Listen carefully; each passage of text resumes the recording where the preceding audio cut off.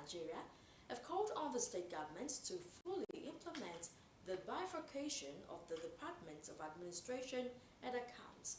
The accountants, at an event to commemorate the International Accounting Day, said Ondo State remains the only state in Nigeria that has not fully implemented the bifurcation and comes with attendant implication on fiscal propriety. Osrc Sahid Adibisala reports that the event also featured deliberation on Nigeria's financial situation and the way forward.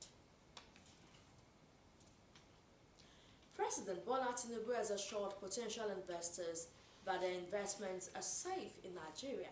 Speaking at the South Africa Summit in Riyadh, Saudi Arabia, President Tinubu said Nigeria is ready for business while assuring investors of some of the world's highest returns on investment. The president, in a statement by his middle aide, Ajuri Ngelale, said the benefits attached to the early inauguration of the Nigeria-Saudi Business Council cannot be overemphasized, noting that Nigeria, like the kingdom, is diversifying its economy away from oil to promote sustainable development. Tinubu also stated that Nigeria is desirous of enhancing collaboration with Saudi Arabia and combating terrorist organizations such as Boko Haram, ISWAP, and other violent extremist groups which have been terrorizing the Lake Chad and Sahel regions. President Bola Tinubu has described the death of Nigeria's first female Major General Aderonke Kale as a painful loss to the country. Kale, also the first female commander of the Nigerian Army Medical Corps, died at the age of 84. Tinubu, in a condolence statement by his Special Advisor, Media and Publicity, Ajuri Ngelale, also sympathized with the Kale family, the Nigerian Army, and the Society of Medical Practitioners in Nigeria on the passing away of one of their own. Tinubu stated that as a pioneer in a field, the late Major General embroidered the courage, professionalism, capacity, and resilience of the Nigerian woman. And now to electoral matters. Former President Goodluck Jonathan has urged electorate and politicians to avoid violence and conduct themselves in a peaceful manner and lawful manner ahead of tomorrow's governorship elections in Osrc, Imo, and Kogi State. The off-cycle governorship elections will go on simultaneously in the three states. Jonathan, in a statement, urged electorate and politicians to avoid violence and conduct themselves in a peaceful manner. The former president charged players in the state to refrain from all activities that will jeopardize the collective peace and stability of the state and the country. Meanwhile, with the off-cycle governorship election few hours away, the Independent National Electoral Commission, INEC, has commenced the distribution of sensitive and non-sensitive materials for the exercise.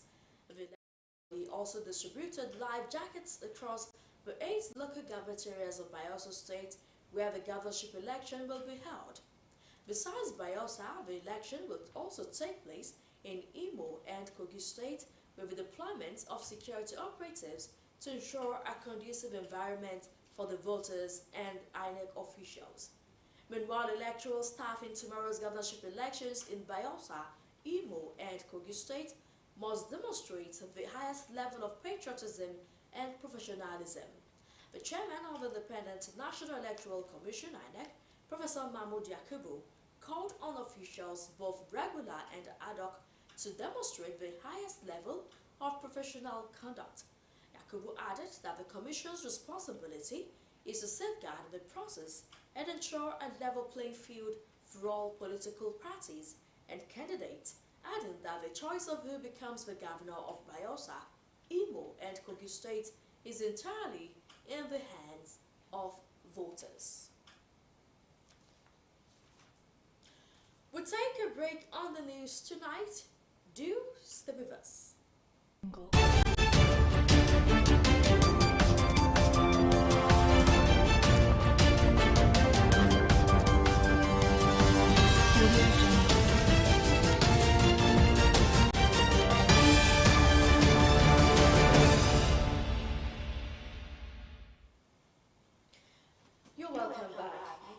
live on our website www.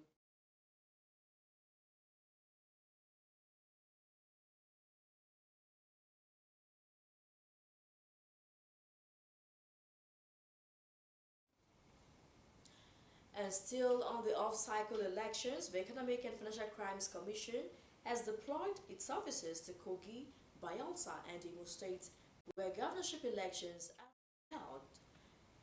According to the Commission, the presence of the monitoring officers any form of any form of voters' inducement through vote buying, vote selling, and other manipulation of the electoral processes at variance with the Electoral Act.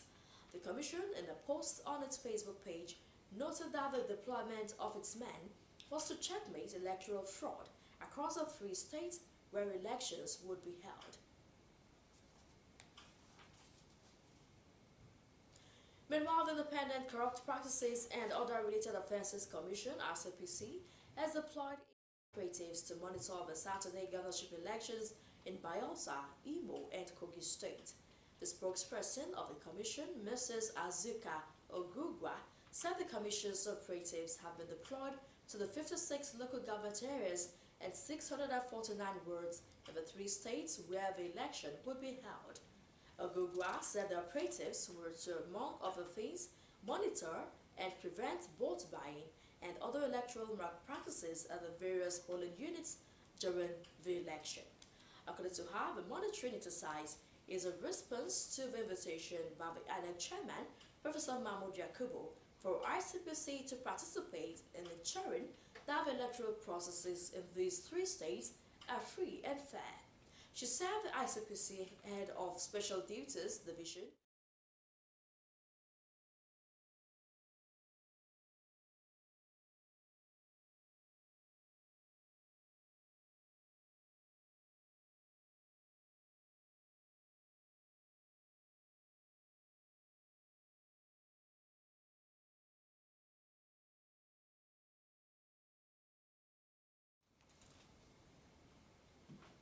Now, less than 24 hours to the Imo State governorship election, the People's Democratic Party has asked the Independent National Electoral Commission to disqualify the candidate of the All Progressives Congress, Hope Uzodinma. The PDP, in a statement by its National Publicity Secretary, Debo Olugwagba, said Uzodinma should be disqualified for allegedly sponsoring a video against its candidate in a bid to mislead the people of the state. A viral video circulating on social media claimed that the PDP's candidate Sam Anyanwu has asked its supporters to vote Uzodinma. Olugwagba, who said Anyanwu is not deterred but set for victory, described the video as fake and berated Uzodinma for allegedly resorting to a last-minute, underhand method to get the PDP's candidate out of the way. The PDP reasserted that Anyanwu is very much in the governorship race and urged the people of Imo State to disregard the said video. The Inspector General of Police, Kayode Agbetokun, has ordered a thorough investigation into the alleged assault on the President of the Nigeria Labour Congress, Joe Ajaero, to ascertain the facts surrounding the incident and to address any ambiguities that may exist. A statement by the Force Public Relations Officer, Olumiwade Jobi, on the Force's ex-handle directed the Deputy Inspector General of Police in charge of the Force Criminal Investigation Department to take over the matter.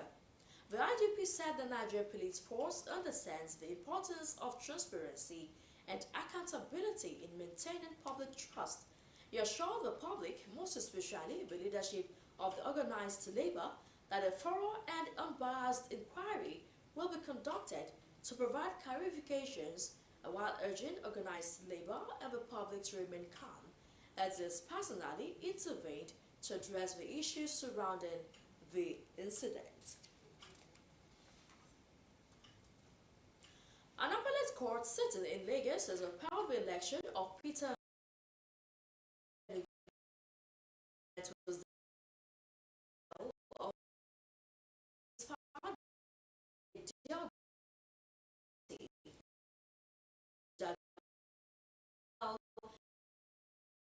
this year, jobs,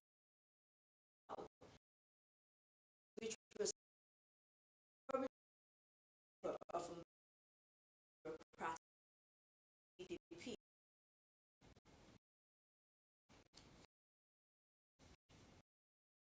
Foreign migrants of the country last year, the number of rich space in overcrowded, hungry, and dehydrated. The reports is presented from our studios. After a 19-hour search, Commander Lee and his crew had almost given up hope. They had lost track of a boat carrying migrants heading to Spain. But on their way back to port, the raider detects something. A light shining in the distance. The captain believes around 150 people are on board. It's very risky and complicated, especially at night. We're now in the middle of an ocean storm. We're close to the vessel. It can be dangerous for them and for us. We have to be careful in our intervention not to capsize their boat. In rough seas, 4 Navy commanders fish live. The mission is to bring all the passengers onto the Navy ship, using force if necessary. Africans stopping African migrants to protect another continent's borders. A mission on African waters for the European Union funded by Europeans. The migrants are not in Europe's territorial waters. Laws. But for Senegal's Navy, this is a rescue operation. Women and children, many show signs of hunger. There's halfway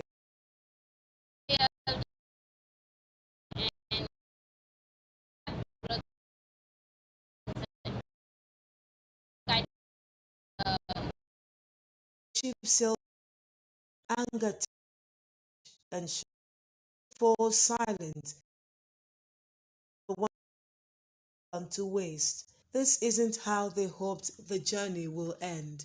They are now going to have to return home empty-handed to the life they had left behind. At dawn, the Wallo docks. Senegalese security forces take the migrants, including Jamila, into custody.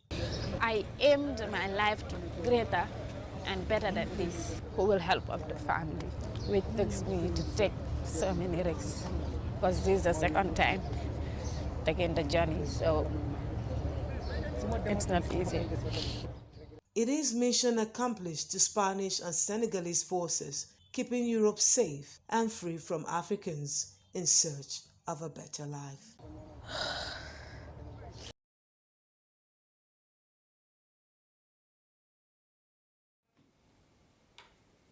For a long time, innocent Nigerians have fallen for the antics of passport racketeers who sometimes swindle unsuspecting members of the public of their hard-earned money in their quest to obtain a green passport. But the fight to clamp down on these racketeers is on, as Ondo State Command of the Nigerian Immigration Service recently paraded 3 passport racketing agents. Osrc's Sahid Adibsala has more. The green passport is one of the most sought-after means of identification by many Nigerians. For some time now, acquiring this passport comes with attendant burden, thereby creating a viable platform for exploitation of Nigerians and the booming racketeering passport scheme. Until the latest reform in the Nigeria immigration, which is ensuring Nigerians get their passports seamlessly, an individual's passport application sometimes takes months or years, and those in their need of this document are left with no choice than to patronize those advertising a faster process. This often comes with an increase in what should be the official price of procurement, which sometimes results in loss of money for the individuals. In Ondo State, the Immigration Command Passport Office paraded 3 suspected passport racketeers at the command's headquarters in Akure. The suspects allegedly charged 80,500 naira for a 32-page 5 years validity passport, 100,500 naira for 64 pages 5 years validity passport and 165,000 naira for 64 pages 10 years validity passport, which is against the widely publicized cost of passports. The essence of for that price is because some persons will still even negotiate when they come to us, you understand? So, but even the highest I've collected before for passport is 50,500 because when they come, they will negotiate. And the person that paid me in the process of the passport takes 40,500. Some of these people that chat me sometimes, they are not even accurate just to make the thing easier for them. That was the idea. And it was even recently I got to know that you can even get it faster. Before now, the ones I've done in the past are the ones that they get within 3 months, 4 months, and 5 months. The Command Public Relations Officer, Deputy Superintendent Taiwo Alibiosu, said the arrest followed complaints that they allegedly capitalized on the previous lapses in passport administration to dupe unsuspecting members of the public of their hard-earned money. It's bewildering that we still have some elements in the society who capitalize on the previous lapses in passport administration to dupe unsuspecting members of the society of their hard-earned money. On hearing of such syndicates in Akure, the PCO sent an officer disguised as a civilian to obtain a passport to the suspect's office, where he was presented with some immigration documents to obtain his data for passport application. At this junction, we must make it known to members of the society that a Nigerian passport being issued by the Nigerian Immigration Service is neither a commodity that can be bargained over, nor a service that the NIS employs an agent to carry out on her behalf. Again, I would like to state that the era of waiting for months to obtain Nigerian passport is dead and not be. The Immigration Service says bona fide citizens who approach the passport office will get their documents within 2 weeks. Sahid Arabisala, Osrc News. The long history of the Israeli-Palestinian conflict is filled with bloodshed, dislocation, and trauma. In the current battle between them, both display a new level of commitment to destroying each other. In this report, Omorion Ahunbiji takes a look at the root cause of the crisis and the consequences. The United Nations Special Rapporteur on the Palestinian territories has accused the U.S. of protecting Israel. Francisca Albanese says for our pauses in bombing are not what the people of Gaza need. Military analyst and former field artillery officer who fought in the 1973 Arab-Israeli War, Hussein Haridi, speaks on the situation.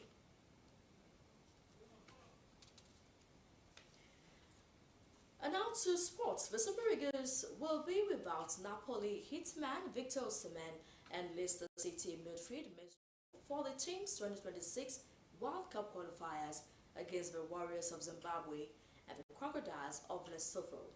Nigeria's squad list for the November encounters was released by the Nigeria Football Federation (NFF). A snapshot of the list shows Nigeria are heading into the games with 23 players as they begin their quest for a place at the global football fiesta built for the US, Mexico, and Canada. Osimhen will miss the games due to an injury he sustained in Nigeria's friendly match against Saudi Arabia, while Wilfred Ndidi will also not feature in the matches owing to injury concerns. AC Milan's new boy Samuel Chukwueze is another notable absentee from the list, while under-fire goalkeeper Francis Uzoho made the cut. Nigeria, three-time African champions, will face the Crocodiles of Lesotho on November 16 at the Gospel Pabio Stadium in Uyo, before locking hands with Zimbabwe on the 19th of the same month. They are in Group C of the qualification series alongside South Africa, Rwanda, and Benin, Zimbabwe, and Lesotho. Before we have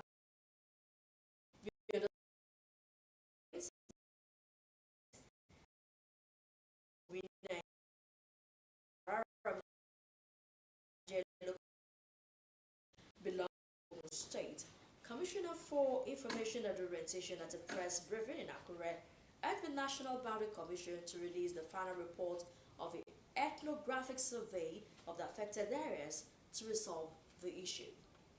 We're from